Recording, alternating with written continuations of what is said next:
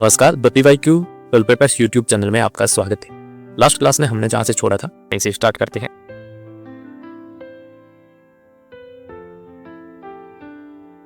Question भारतीय संविधान की 12वीं अनुसूची संबंधित है। ऑप्शन ए पंचायती राज व्यवस्था से, ऑप्शन बी नगर पालिका से, ऑप्शन सी केंद्र की भाषाओं से, ऑप्शन डी केंद्र राज्य संबंधों से। तो उसका राइट आंसर होगा ऑप्शन बी नगर पालिका से संबंधित है। आइए देखते हैं। 74वां संविधान संशोधन अधिनियम 1992 के माध्यम से नगरपालिका नगरीय शासन प्रणाली को संवैधानिक बनाया गया। इसके माध्यम से नगर प्रशासन संबंधित 18 विषय का उल्लेख किया गया है। ठीक है, अगला क्वेश्चन लेते हैं। अगला क्वेश्चन है कि वह कौन सा उपराष्ट्रपति था जिसका देहांत अपने कार्यकाल के दौरान हुआ। Option A Radhakrishna, option B VV Giri, option C VD Jatti, option D Krishan Kant. तो इसका राइट आंसर होगा ऑप्शन डी कृष्णकांत। कृष्णकांत ऐसे उपराष्ट्रपति थे जिसका निधन कार्यकाल के दौरान हुआ। ये आंध्र प्रदेश के राज्यपाल भी बनाए गए थे। 1997 में भारत के उपराष्ट्रपति बनाए गए। ठीक है, नेक्स्ट क्वेश्चन लेते हैं। अगला क्वेश्चन है कक्षा कक्ष में सामाजिक अध्ययन को पढ़ाते समय निर्धारित कालांश समय का कितना दान स्वयं के कथन बोधिसम पर लगाना चाहिए।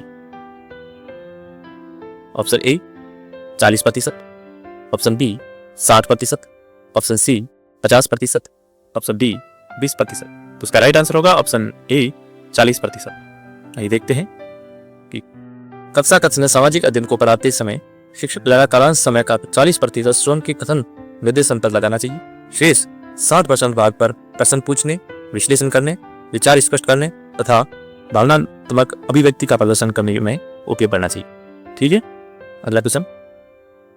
नेक्स्ट क्वेश्चन है मूल्यांकन की प्रक्रिया है।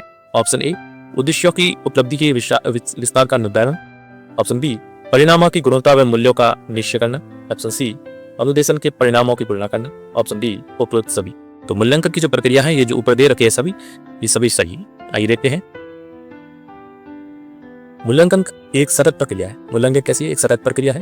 मूल्यांकन शिक्षण प्रक्रिया का एक अभिन्न अंग है। इसका सीधा संबंध शिक्षा के उद्देश्य से होता है। ये बालकों के आधार पर उनके भावी कार्यक्रमों का निर्धारण करता है। मूल्यांकन के प्रकार हम देखते हैं 3 प्रकार है। एक निर्माणात्मक या वचनात्मक मूल्यांकन होता है, दूसरा है योगात्मक संकल्पात्मक मूल्यांकन और तीसरा है दलात्मक मूल्यांकन। ठीक है, अगला क्वेश्चन लेते हैं। सामाजिक अध्ययन शिक्षण में शिक्षा अधिगम सामग्री का प्रयोग। ऑप्शन ए पाठ को लंबा करता है, ऑप्शन बी छात्र उगने लगते हैं, ऑप्शन सी उपयुक्त दोनों कथन सत्य है, ऑप्शन डी उपयुक्त दोनों कथन ए और बी सत्य है। तो सामाजिक अध्ययन जब शिक्षण करते हैं, शिक्षण अधिगम सामग्री के प्रयोग होता है। तो इसका राइट आंसर होगा ऑप्शन सी दोनों पाठ को लंबा करता है और छात्र इससे उगने लग जाते हैं। ठीक है, आइए देखते हैं।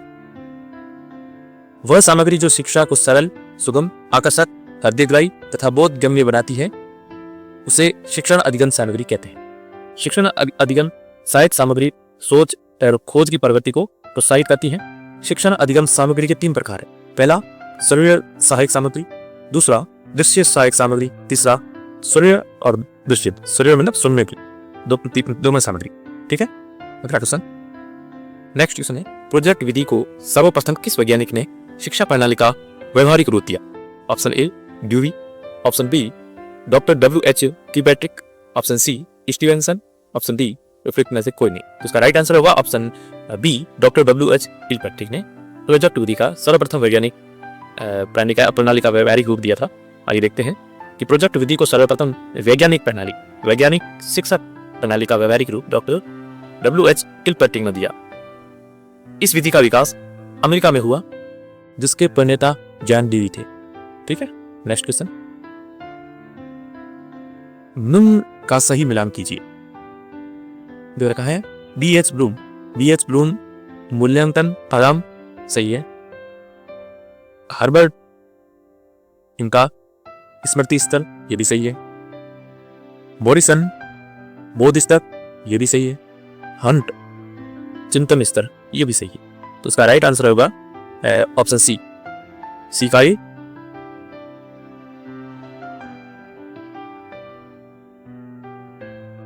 राइट आंसर 1 का सी, 1 का रन, 2 का बी, 3 का सी और 4 का डी, ये राइट आंसर होगा। ठीक है, ये देते हैं। अगला क्वेश्चन है मूल्यांकन आयाम के निम्न 3 सोपान होते हैं। पहला शैक्षिक उद्देश्य का निर्धारण करना, दूसरा अधिगम के अनुभव प्रदान करना और तीसरा व्यवहार परिवर्तन का मूल्यांकन करना। यह उपयुक्त तीनों सोपान निम्न में से किसके द्वारा दिए गए? तो मूल्यांकन आयाम के 3 सोपान दे रखे, ये किसके द्वारा दिए गए? Option A VS Grimm, option B Herbert, option C Skinner, option D Thorndike. इसका राइट आंसर होगा ऑप्शन ए, ये बीएस ब्लूम ने दिए थे मूल्यांकन के 3 आयाम। आइए देखते हैं। मूल्यांकन प्रक्रिया के सोपान बीएस ब्लूम द्वारा विकसित किया गया था। इन्होंने 3 दिए थे, एक उद्देश्य का निर्धारण, दूसरा अधिगम क्रियाओं का आयोजन, तीसरा मूल्यांकन। ठीक है, नेक्स्ट क्वेश्चन। कौन सा अजैव संसाधन नहीं है? अजैव, ऑप्शन ए मृदा, ऑप्शन बी चट्टान, ऑप्शन सी पौधा, ऑप्शन डी खनिज। तो इसका राइट आंसर होगा ऑप्शन सी पौधा। अजैव संसाधन नहीं है, ये पौधा जैव संसाधन है। ठीक है, जैव संसाधन की बात करते हैं। इन संसाधनों की प्राप्ति जीवमंडल से होती है। इनमें जीवन या पौधा है, उदाहरण के लिए मनुष्य, वनस्पति, मत्स्य आदि। अजैव संसाधन वे सारे संसाधन जो निर्जीव वस्तुओं से बने हैं। ये 2 प्रकार के होते हैं, एक समाप्य और दूसरा असमाप्य। उदाहरण के लिए चट्टानों और तादले। Next question. कौन सा कथन सही नहीं है? ऑप्शन ए मृदा निर्माण के मुख्य कारण जनक शैल का स्वरूप और जलवायुविक कारक है। ऑप्शन बी ह्यूमस मृदा के सबसे गहराई वाले भाग में पाई जाती है। ऑप्शन सी उच्चावच तुंगता और ढाल मृदा के संचय को निर्धारित करती है। ऑप्शन डी खनिज एवं जैविक पदार्थों का सही मिश्रण मृदा को उपजाऊ बनाता है। इसमें से सही कथन कौन सा नहीं है? ये ऑप्शन 20 जो ह्यूमस एवं मृदा के सबसे गहराई वाले भाग में पाई जाती है, ये कथन सही नहीं है। आइए देखते हैं। धरातल की ऊपरी सतह पर पाए जाने वाले जैविक पदार्थों जो मिट्टी के अंदर दबने के बाद ये पदार्थ रासायनिक क्रिया के परिणाम स्वरूप ह्यूमस में परिवर्तित हो जाते हैं। ठीक है, तो ऑप्शन बी है वो गलत है। अगला क्वेश्चन है, निम्नलिखित में से विश्व का कौन सा देश अग्रणी तांबा उत्पादक है? तांबा उत्पादक के बारे में पूछा है। ऑप्शन ए दक्षिणी Africa, option B Chile, option C Australia, option D Ghana. तो इसका राइट आंसर होगा ऑप्शन बी चिली। विश्व में तांबा उत्पादन में अग्रणी देश में चिली देखते हुए 31.24%, चीन 8.88% और पेरू है 7.45%। अगला क्वेश्चन। कौन सा परंपरागत ऊर्जा का स्रोत नहीं है पूछा है इसमें परंपरागत। ऑप्शन ए भूतापीय ऊर्जा, option B petroleum, option C जल विद्युत, ऑप्शन डी प्राकृतिक गैस। तो इसमें पेट्रोलियम, जल विद्युत और प्राकृतिक गैस ये तो परंपरागत ऊर्जा स्रोत है। ऑप्शन ए भूतापीय है, ये भूतापीय ऊर्जा परंपरागत ऊर्जा स्रोत नहीं, गैर परंपरागत। ठीक है, आइए देखते हैं। परंपरागत ऊर्जा भूमि के ऊपर जीवाश्मीय ईंधन के रूप में पाए जाते हैं, जैसे कोयला, पेट्रोलियम, प्राकृतिक गैस इत्यादि। गैर परंपरागत ऊर्जा इसे नवीनीकरण ऊर्जा भी कहते हैं अथवा ये अक्षय ऊर्जा भी कहते हैं, जो कभी समाप्त न हो। स्रोत भी कहते हैं, मतलब जो समाप्त नहीं हो, नवीनीकरण हो, जो नवीनकरणीय और गैर परंपरागत ऊर्जा संसाधन उनको कहते हैं। ठीक है, इसके अंतर्गत हम देखते हैं पवन ऊर्जा है, सौर ऊर्जा है, भूतापीय ऊर्जा है। इस प्रकार ये ऊर्जा जो कभी खत्म नहीं हो। अगला क्वेश्चन है, कौन सा सुमेलित नहीं? देखते हैं। मिल्पा जो स्थानांतरित कृषि दे रखा है, एक देश और क्षेत्र दे रखा है। मिल्पा जो स्थानांतरित कृषि है वो मैक्सिको में होती है, सही है। जूनिंग बात करते हैं तो उत्तरी कोई भाग में स्थानांतरित कृषि होती है। रोका जो स्थानांतरित कृषि है वो ब्राजील में होती है। ठीक है, लद्दाख और श्रीलंका में नहीं होती है, ये राइट आंसर है। ये होती है मलेशिया में। आइए देखते हैं। तो लद्दाख है वो मलेशिया में होती है। ठीक है, जो स्थानांतरित कृषि है, लद्दाख स्थानांतरित कृषि वो मलेशिया में होती है। अगला क्वेश्चन है कि प्रायद्वीपीय भाग का सर्वोच्च शिखर कौन सा है? Option A Doda Betta, option B Anaimudi, option C Mahendragiri, option D Kodaikanal. प्रायद्वीपीय भाग की सर्वोच्च शिखर है वो पूछा है, चोटी पूछी है। इसका राइट आंसर है ऑप्शन बी अनाईमुडी। अनाईमुडी प्रायद्वीपीय भाग का सर्वोच्च शिखर है। ठीक है, आइए देखते हैं। प्रायद्वीपीय भाग की सबसे ऊंची चोटी अनाईमुडी है, जिसकी ऊंचाई 2695 मीटर है। ये केरल राज्य में, याद रखना है, स्थित है। यह पश्चिमी घाट की पर्वतमाला की एक पर्वत श्रृंखला पर स्थित है। ठीक है, अगला क्वेश्चन। भारत के किस भाग में सबसे पहले मानसून प्रवेश करता है? सबसे पहले monsoon. Option A Kerala, option B Andaman और निकोबार द्वीप समूह, ऑप्शन सी पश्चिमी बंगाल, ऑप्शन डी तमिलनाडु। इसका राइट आंसर होगा ऑप्शन ए केरल में। देखते हैं कि 21 मार्च के बाद सूर्य की उत्तरायण, जब सूर्य उत्तरायण होता है, भारतीय उपमहाद्वीप में निम्न दाब के क्षेत्र निर्मित हो जाते हैं और ये दक्षिणी गोलार्ध में उच्च दाब निर्मित हो जाता है, जिसके परिणाम स्वरूप दक्षिणी पूर्वी व्यापारी पवनें भूमध्य रेखा को पार कर भारत में प्रवेश करती है। इन हवाओं में आर्द्रता भरपूर होती है। इन हवाओं को दक्षिण पश्चिमी मानसून, कौन सा मानसून? दक्षिण पश्चिमी मानसून के नाम से जानते हैं। भारत में दक्षिण पश्चिम मानसून को दो शाखाएं विभाजित करती है, पहली बंगाल की खाड़ी और दूसरी अरब सागर की शाखा। भारतीय भूमि पर सर्वप्रथम केरल राज्य में इस मानसून से वर्षा होती है। ठीक है, अगला क्वेश्चन, नेक्स्ट क्वेश्चन है कि भारत के किस प्रदेश में उष्णकटिबंधीय वर्षावन मिलते हैं? ऑप्शन ए मालवा का पठार, option B Karnataka, option C पूर्वी घाट, ऑप्शन डी उत्तरी पूर्वी भारत। इसका राइट आंसर होगा ऑप्शन डी, उत्तरी पूर्वी भारत में उष्णकटिबंधीय वर्षावन मिलते हैं, क्योंकि यह 100 से 200 सेंटीमीटर वार्षिक वर्षा होती है। अगला प्रश्न, भारत में निम्नलिखित में से कौन सा एक लौह इस्पात उद्योग का केंद्र नहीं है? Option A Bengaluru, option D Salem, option C railway, option D Durgapur. तो इसका राइट आंसर होगा ऑप्शन ए बेंगलुरु है जो लौह इस्पात का उद्योग केंद्र नहीं है। आइए देखते हैं, लौह इस्पात उद्योग का भारत में बड़े पैमाने में जमशेदजी टाटा द्वारा वर्ष 1907 में Jamshedpur Tata iron steel company की स्थापना के साथ हुआ। वर्तमान में सेलन है, बेलारी है, राइलकेला है, दुर्गापुर, भिलाई, डोलवी और पारादीप, होसपेट इत्यादि लौह इस्पात केंद्र है। ठीक है, अगला क्वेश्चन, 2011 में अधिकतम और न्यूनतम जनसंख्या घनत्व वाले भारत के राज्य हैं। अधिकतम और न्यूनतम जनसंख्या घनत्व वाले कौन से हैं? ऑप्शन ए बिहार और त्रिपुरा, ऑप्शन बी पश्चिम बंगाल अरुणाचल प्रदेश, ऑप्शन सी केरल और सिक्किम, ऑप्शन डी उत्तर प्रदेश और मिजोरम। इसका राइट आंसर तो दे रखा है, सर्वाधिक तो बिहार का है, न्यूनतम हम देखते हैं तो अरुणाचल प्रदेश का है, वो कितना है? 17। ठीक है, और भारत का अगर पूरा बताया तो 382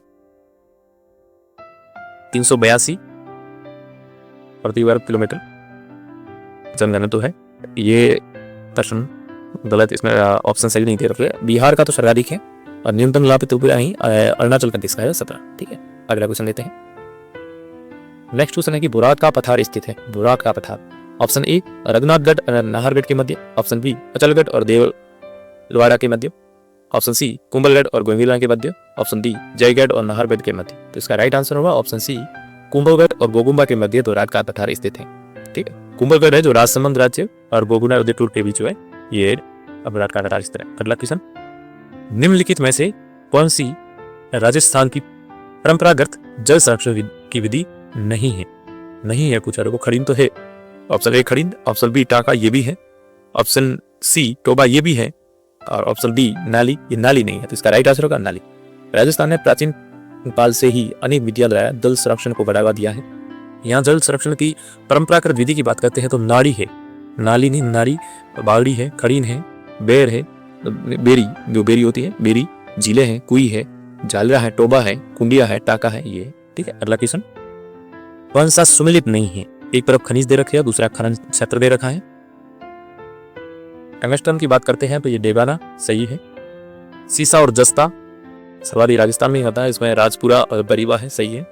तांबा सिंगाना ये भी सही है। अब्रक जामसर ये गलत है। इसका राइट आंसर होगा ऑप्शन डी। आइए देखते हैं, राजस्थान देश का तीसरा बड़ा अब्रक उत्पादक राज्य है। यहाँ से भारत के कुल अब्रक उत्पादक का 22% उत्पादन होता है। उदयपुर और भीलवाड़ा प्रमुख अब्रक उत्पादक जिले हैं। ठीक है, अब उदयपुर में सलूमर भी है, उदयपुर है, सलूमर है, भीलवाड़ा है, ये अब्रक के मुख्य उत्पादक जिले हैं। अगला प्रश्न लेते हैं, राजस्थान में कौन सा रसायन उद्योग का केंद्र नहीं है? Option A Didwana, option B Sawai Madhopur, option C Kota, option D Alwar. तो इसका राइट आंसर होगा ऑप्शन बी सवाई माधोपुर, जो रसायन उद्योग का केंद्र नहीं है। आइए देखते हैं कि राजस्थान के रसायन उद्योग जैव उर्वरक कारखाना Bharatpur Rajasthan state chemicals works limited Nagaur में विस्तारित है। नागौर, भरतपुर, कोटा, उदयपुर, अलवर, धौलपुर इत्यादि में है। मोदी केमिकल्स ये अलवर में है। Shri Ram fertilizers and petrochemicals ये कोटा में है। सोडियम सल्फेट फैक्ट्री ये डीडवाना में। ठीक है, अगला क्वेश्चन, नेक्स्ट क्वेश्चन है 2011 में राजस्थान के कौन से जिला की में 500 से अधिक, ये प्रश्न कई बार पूछा गया कि अधिक जनसंख्या घनत्व है, किसका है? ऑप्शन ए जयपुर और अलवर, ऑप्शन डी भरतपुर और दौसा, ऑप्शन सी जयपुर और भरतपुर, ऑप्शन डी जयपुर और दौसा। तो इसका राइट आंसर होगा ऑप्शन सी जयपुर और भरतपुर का 500 देखते हैं 2011 की जनगणना के अनुसार सर्वाधिक जनघनत्व वाले जिले कौन कौन से? जयपुर जिसका 595 है, भरतपुर है जिसका 503 है, और दौसा है जैसे 476 है, और अलवर का है 438। ठीक है। राजस्थान की कुल जनसंख्या तो देखते हैं यहाँ पर 200 व्यक्ति पर किलोमीटर स्क्वायर है। ठीक है। नेक्स्ट क्वेश्चन है 142वां, किस प्रांतीय पे प्रजामंडल ने 1936 ईस्वी में कृष्णा दिवस मनाया? Option A Udaipur, option B Kota, option C Karauli, option D Jodhpur. तो इसका राइट आंसर होगा ऑप्शन डी जोधपुर। जोधपुर प्रजामंडल ने एक विधवा कृष्णा के अपहरण का विरोध करते हुए देश में विभिन्न भागों में कृष्ण दिवस मनाने का आह्वान किया। ठीक है।